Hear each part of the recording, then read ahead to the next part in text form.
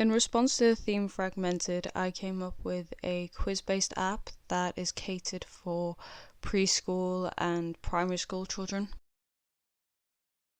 I think that especially now with the worry that some children would be behind due to what happened during lockdown and everything, that we have to make learning engaging outside of the classroom as well as inside of the classroom. And even if that just makes it as an app that has a certain theme that is adventurous and about the outside world, they're still learning how to do maths and English and the alphabet. A lot of kids like animals and jungle, and I took a lot of inspiration from Dora the Explorer and the most recent documentary that I was watching at the time, which was about the history of ancient Egypt, and I kind of put them together and it inspired this prototype. I think that sometimes schoolwork can look boring and repetitive, and by creating an app that doesn't link to school but still allows your child to learn, it's a good way to get them engaging from a young age.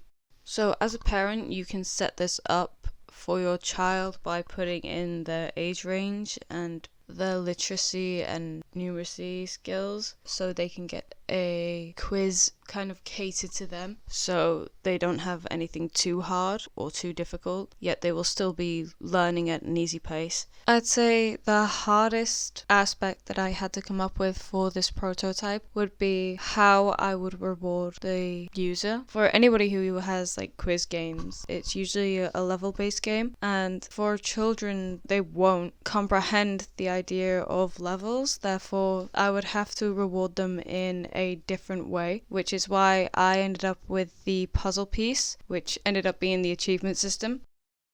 I plan to have an achievement system in this by essentially having puzzle pieces be won at the end of certain milestones of quizzes, which they can then put together to create an achievement card with a unique animal. And that can be printed off in black and white so that the child can then colour it in if they want.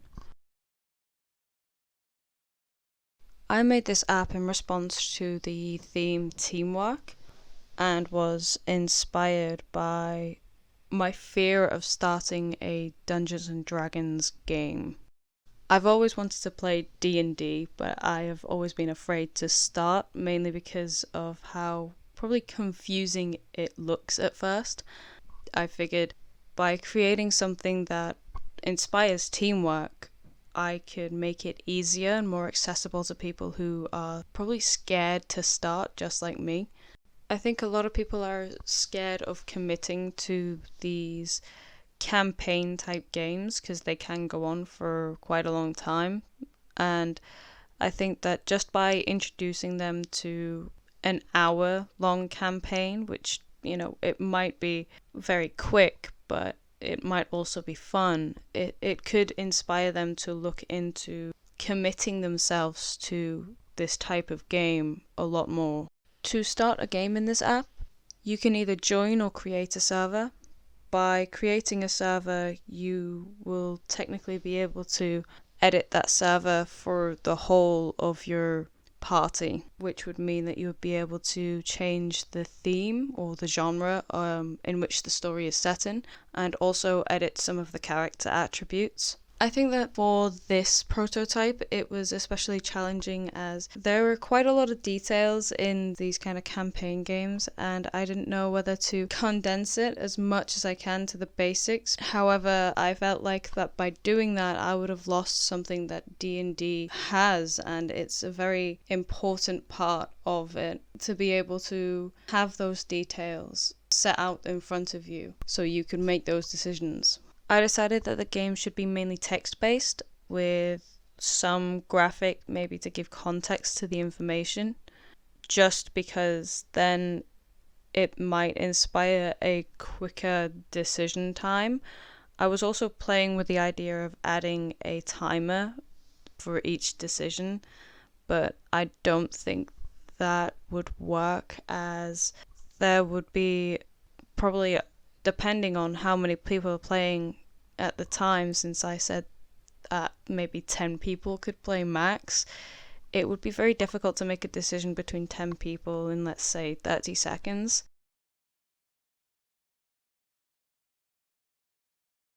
This app is very centered around communication and joint decision making. I think that it's a game that gets people to talk to each other rather than just pressing buttons, which coincides with our original idea of Dungeons and Dragons, which was to communicate and use decisions and creative thinking to overcome problems. If I were to develop this further, I would definitely work on the more narrative and storytelling part of the app, as this is definitely the main event that I would like to delve more into.